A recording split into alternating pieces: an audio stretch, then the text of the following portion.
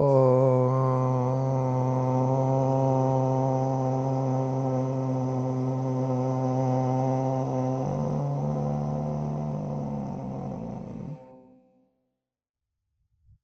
हम लोग एक कल्पना करें कि ऐसा मेडिटेशन हॉल हो, इसका दूना हो और फॉल्स सीलिंग हो, एयर कंडीशन हो, सेंट्रल एयर कंडीशनिंग और सेंट्रल हीटिंग हो। तब अच्छी तरह से क्रिया योग का अभ्यास होगा कि अब इस समय होगा, क्योंकि यहाँ पर हमें वो डायरेक्ट गर्मी नहीं मिल रही है जिस गर्मी से आपत्ति है। ये गर्मी इनडायरेक्ट है। और पिछला आप देखिए, जब कोरोना हुआ था, किन लोगों को कोरोना प्रभावित नहीं किया? ऐसे कौन लोग हैं जिनको कोरोना हुआ ही नहीं, जो जाड़ा और गर्मी में बरसात में काम करते रहे खुश होकर के। जब लोग काम करते हैं जाड़ा गर्मी बरसात में और दुखित होकर करते हैं तो बीमारी आएगी। अगर अच्छा ऋतुओं का वर्ण करते हुए काम करते हैं तो हमारी वाइटलिटी बढ़ती है। इस वाइटलिटी को धन कहते हैं और इसी धन की हमें आवश्यकता है। अगर ये धन होता है तो बाहर जिसको सुविधा कहते हैं, तरह तरह की सुविधाएं, चलने की, यात्रा करने की, किसी प्रकार की कोई भी चीज जो बाहर से खरीदते हैं, इस धन के होने की वजह से वो चीजें अपने आप आती हैं। जिसके पास वाइटलिटी ज्यादा हो, ऐसी हो कि वाइटलिटी खत्म ही ना हो, उसके पास जितनी चीजों की आवश्यकता होती है, जब आवश्यकता होती उस समय आ जाता है। तो जब हमें सोचते हैं कि हमारे पास मोटरसाइकिल हो, कार हो, हेलीकॉप्टर हो, हवाई जहाज हो, मकान हो, प्रयागराज में है, लखनऊ जाना हो तो वहाँ होटल में रहना पड़ेगा या कहीं और, तो वहाँ भी एक मकान होता तो अच्छा रहता। दिल्ली जाना पड़ता है, दिल्ली जाने पर कहाँ रुकेंगे, फिर कहीं होटल में बुकिंग कराइए। तो ऐसा होता दिल्ली में भी एक मकान हो। चलो हर जगह जाना है, हर जगह एक मकान हो, ये व्यवस्था ठीक नहीं है। याद रखिए, अगर आपकी वाइटलिटी अच्छी तरह से है, जिसको जीवन तत्व कहते हैं, जिसको प्राण शक्ति कहते हैं, तो सभी प्रकार की सुविधाएं अपने आप आती हैं। जिन सुविधाओं की आवश्यकता है, इस यहाँ की जो गर्मी है, हम जानते हैं कुछ लोगों को इतने गर्मी में बैठने का अभ्यास नहीं है। तो सोचिए, यहाँ तो लोग विदेश के हैं, जो ठंडा प्रदेश है पूरा, जिसको हम कनाडा कहते हैं हिंदी में और अंग्रेजी में कनाडा कहते हैं। ये तो पूरा ठंडा क्षेत्र है। अमेरिका की ढेर सारी जगहें एकदम ठंडी है और रसा पूरा का पूरा ठंडा है। तो याद रखिए, जो ठंडे प्रदेश है, क्या वहां लाइफ अच्छी है? तो ठंडे और गर्म प्रदेश से अभिप्राय नहीं है। सिर से पैर की उंगली तक हम इसके माध्यम से जो बाहर के वातावरण की अनुभूति करते हैं, उसके प्रति हमारा मन, हमारी बुद्धि का विश्लेषण क्या है। अगर मन कहता है कि अच्छा नहीं है तो बीमारी आएगी।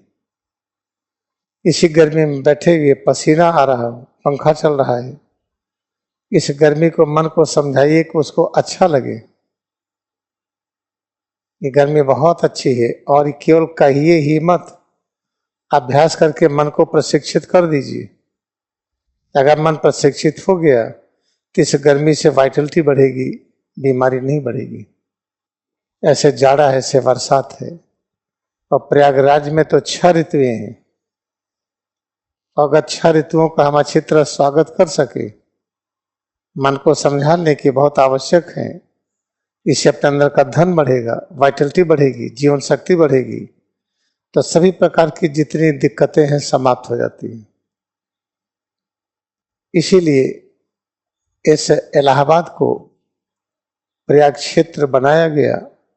अब तो पूरे जिले का नाम ही प्रयागराज है और यहाँ पर सुविधा दी गई कि यहाँ 6 ऋतुएं स्पष्ट रूप में अनुभव हो। तो 6 ऋतुएं जो हम कहते हैं कौन सी हैं? जैसे वसंत है, ग्रीष्म, वर्षा, शरद, हेमंत, शिशिर, ये 6 ऋतुएं हैं। ये तब में इस प्रयाग क्षेत्र में 6 ऋतुएं बहुत स्पष्ट तरीके से अनुभव होती हैं। इसलिए यहाँ के वातावरण में, यहाँ के हवा पानी में यानी प्रेम की मात्रा बहुत अच्छी है। इसीलिए याद रखिए कि अगर इसको हम समझ जाएं और 6 ऋतुओं से जो एक परिवर्तन प्रकट होता हम स्वीकार करें, इस पूरे क्षेत्र में अहिंसा का वातावरण बनेगा। लड़ाई झगड़ा मारपीट और राग द्वेष से कम हो जाएगा, इतना कम हो जाएगा कि दिखेगा नहीं। हम नहीं कहते कि एकदम समापन होगा, नहीं, कम होगा। इस चीज को याद रखिएगा। कभी कभी मन में विचार आता है कि यहाँ पर क्लास चलता है, इस पूरे हाल को सेंट्रल कूलिंग, सेंट्रल हीटिंग कर दें। ऐसा कर देंगे तो आपको जो आराम आता है जल्दी नहीं आएगा। इसी गर्मी में हम भी तो खड़े हैं।